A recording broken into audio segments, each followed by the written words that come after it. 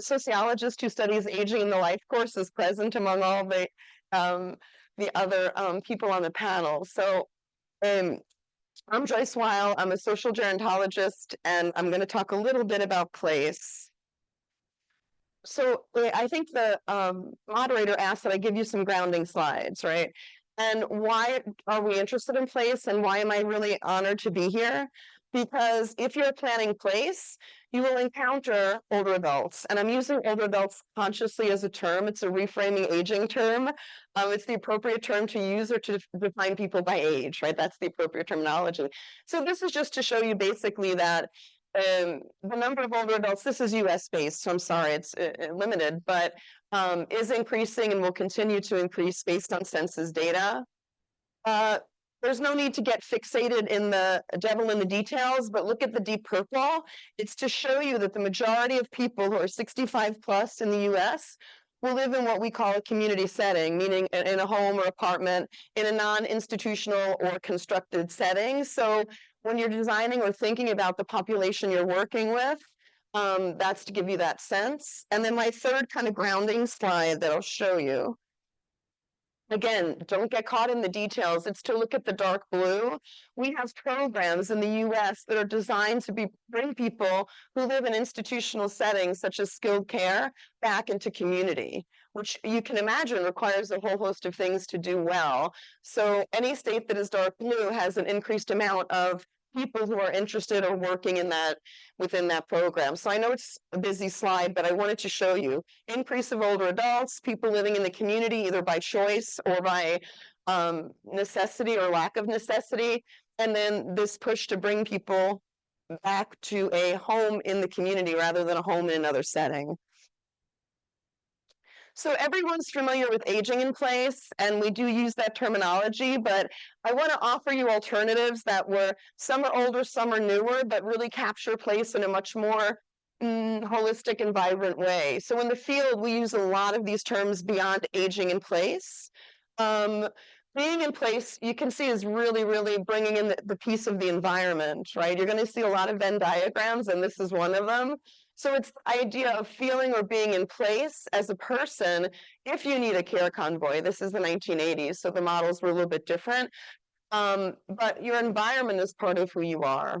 I'll go through a bunch of theories that talk about place as being comfort, physical comfort, and then how place builds identity. So when people tell me, oh, aging in place, I say, do you mean being in place, right? So I'll switch the narrative. So it's an alternative way of thinking about place itself. I'll give you another one. This was done by colleagues in Canada for people who are experiencing homelessness, older adults who are experiencing homelessness. And it's all of the factors that we now use when we talk about place, right? We talk about the individual person, we talk about emotion, satisfaction. But for me, place is physical place, and then attachment to place, and then identity from place. So it's multi-layered, but I'm not naive that we need the built environment, whether it's constructed for older people or people are living there in that built environment that's not constructed for older people. And the bottom line is the stability and affordability, as Tim said, right? A place is lovely, but if you can't afford to be in that place or don't have inclusiveness in that place is not a place for you. So these are just two different models. We have many of them, but I want to give you more vocabulary or ways to think beyond age-friendly or aging in place. Right, I can't not say age-friendly, right? World Health Organization would be very uninterested, but a couple of the slides are a little bit blurry, and I'm sorry I couldn't get a better image, but we understand that this is the push, right? That we want to have inclusivity for people in all levels of ability and all levels of age and all levels of everything to be active and engaged into society. And that's what age friendliness is. When we talk about age-friendly cities, and I've lived in several, and we have age-friendly universities, we say age-friendly for who or age-friendly for whom, right? So there's this questioning of, is that label really meaningful for the people who it's supposed to be age-friendly for, right? So we think about that a lot, but I can't not talk about age-friendliness, right? At all.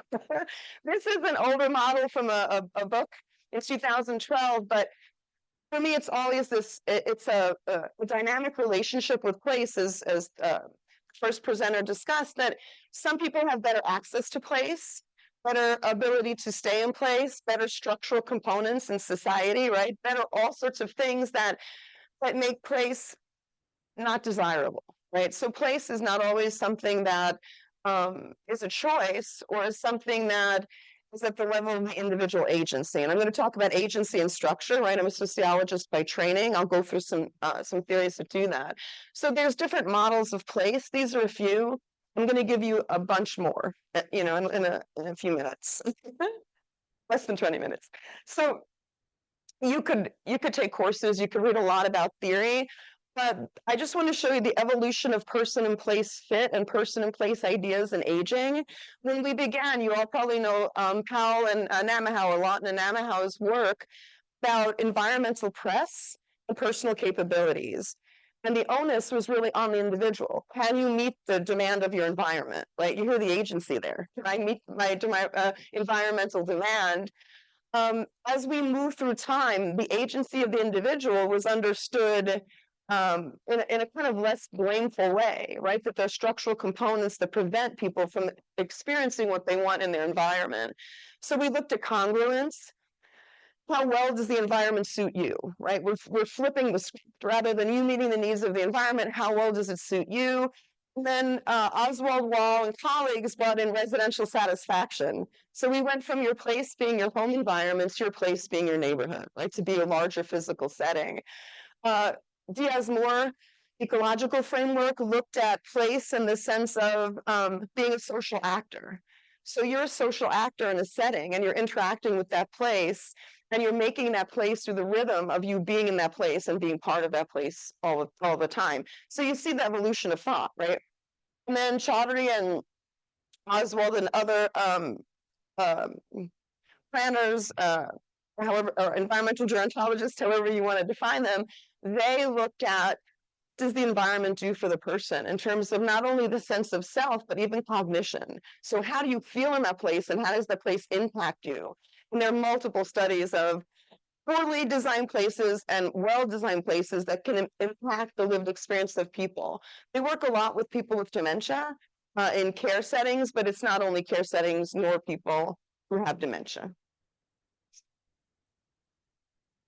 This is the last slide with words, but I wanted to give you more of how a place evolved for us, right? So not only do we have the physical sense of place, the lack of blaming kind of agency or individual, we know there's structural barriers and all sorts of barriers. We look at emotional attachment. And somebody I talked to talks about object attachment. Do you define yourself through your objects and things? We understand that identity is fluid and attachment is fluid. So if I live in my home, I have one sense of self. If I move in a care setting, I may have another sense of self. If I move into a hospice, if a hospice is in a physical place, you are developing who you are in relation to place, right? Place is a relational relationship. Rhythm analysis, I really like that how we are, who we are, is what we do in the place where we are, right? And within those spaces. And then this is probably the closest tie that we have, that there's this group of individuals who look at the impact of the built or physical structure, in addition to natural spaces, on the experience of older people, either with dementia or Kaplan and colleagues look at the ICZ, the intergenerational contact zones, where they're planned spaces for people of all generations to meet and engage with each other and have a good experience. Sorry, I should have used the clicker, I'm sorry. What does it mean? Right? We've heard this from our first presenter, that it's complex and layered. So for us, when I say aging and place, not in place, this is what I see, right? Summation of the theory. It's belonging, security, and physical comfort. It's feeling socially centered and bodily centered. And it's having that insiderness, right? I know where to go and meet a friend. I know where to go to have coffee. I know my third space where I can be myself and see people, even during a pandemic. So we look at place more in this way, although you'll still hear the aging in place and all the other terminology, but place has evolved a bit. These are some of the terms, right?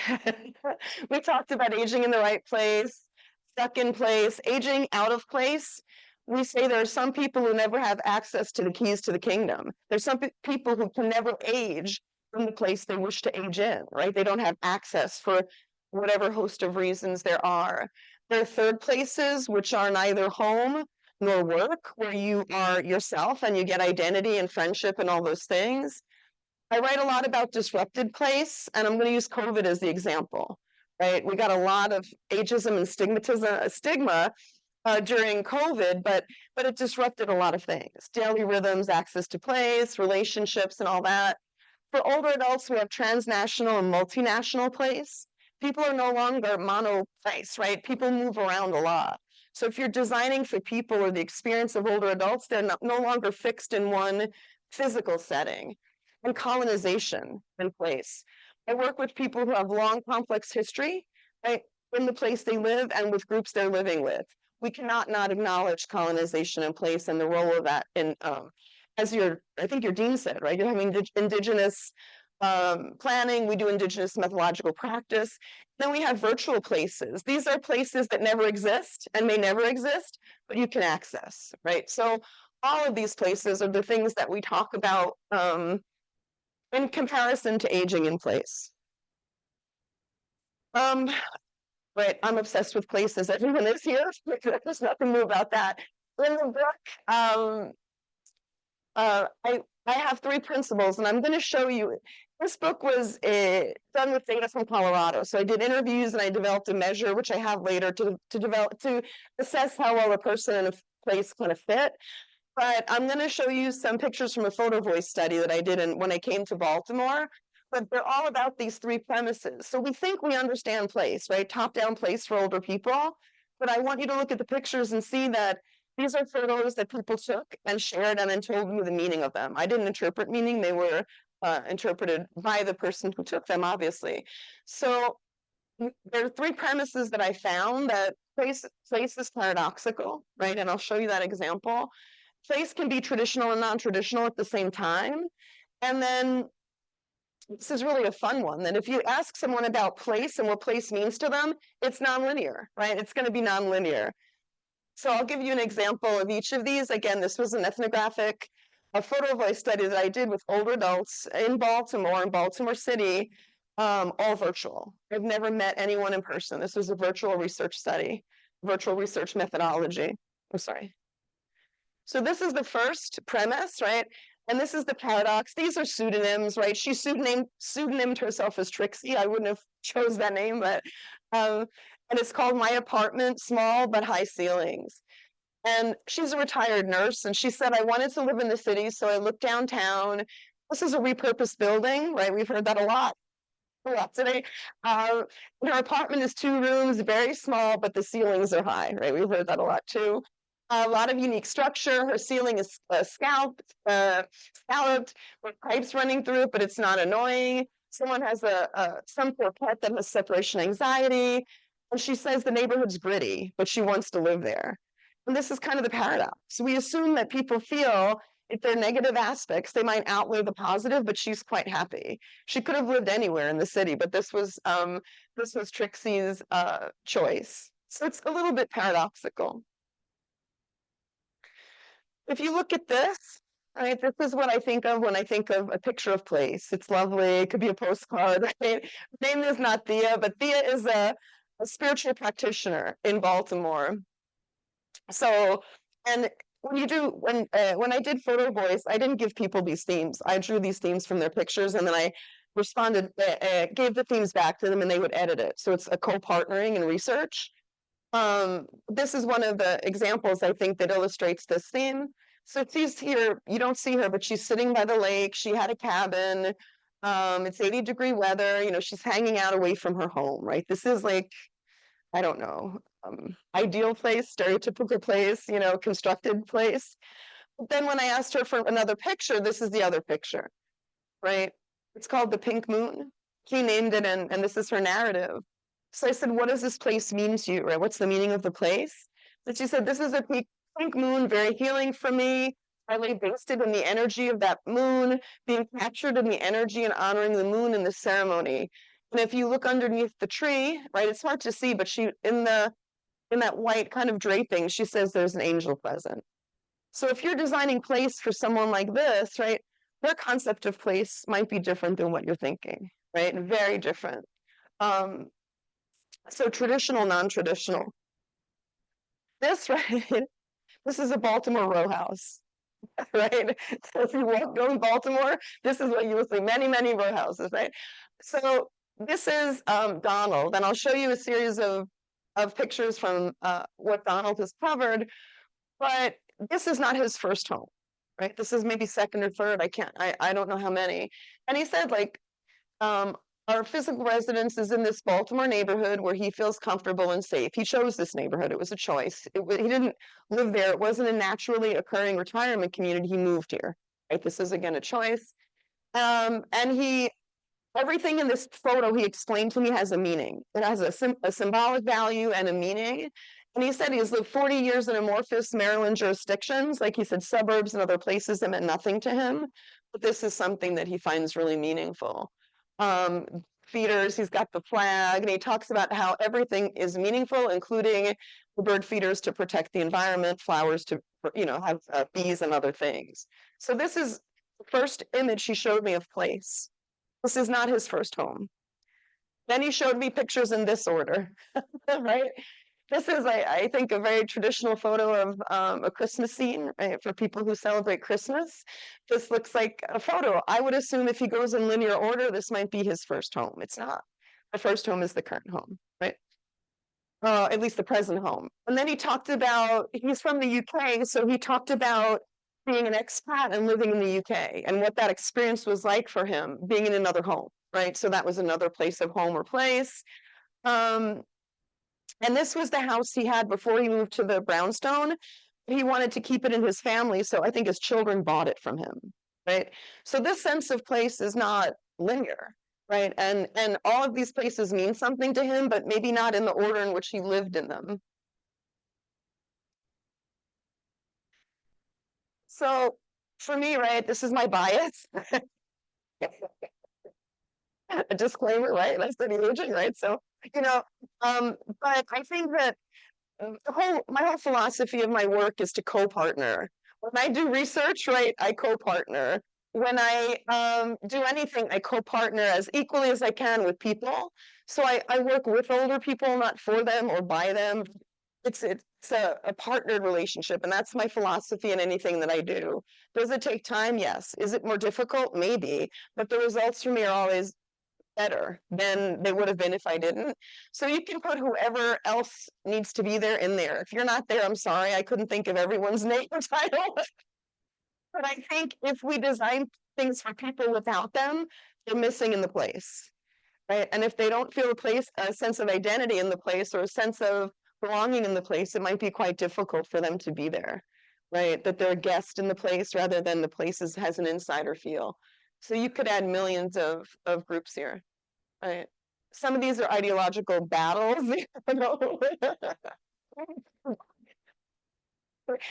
your favorite and add, but it's just this idea that sometimes we do things with the people who matter the most having the least input, right? And it's never intentional. We're not bad academics or researchers, but it's what we might do. Okay, so I use this in the book. I'll say Harderwick, but I can't pronounce if anyone can pronounce it. Is it over? Oh, geez, I'm sorry. Oh, I'm sorry. Geez, okay. I'm sorry. I'm sorry. I'm sorry. But I guess this is a call not to be negative, but to when you design something, to really design it with the idea that it's not a stereotypical ideal of what we're doing for people, right? That the people who are in there, it's really, to use Sharon's word, authentic, right? It's an authentic representation of people with their influence rather than something designed for people that has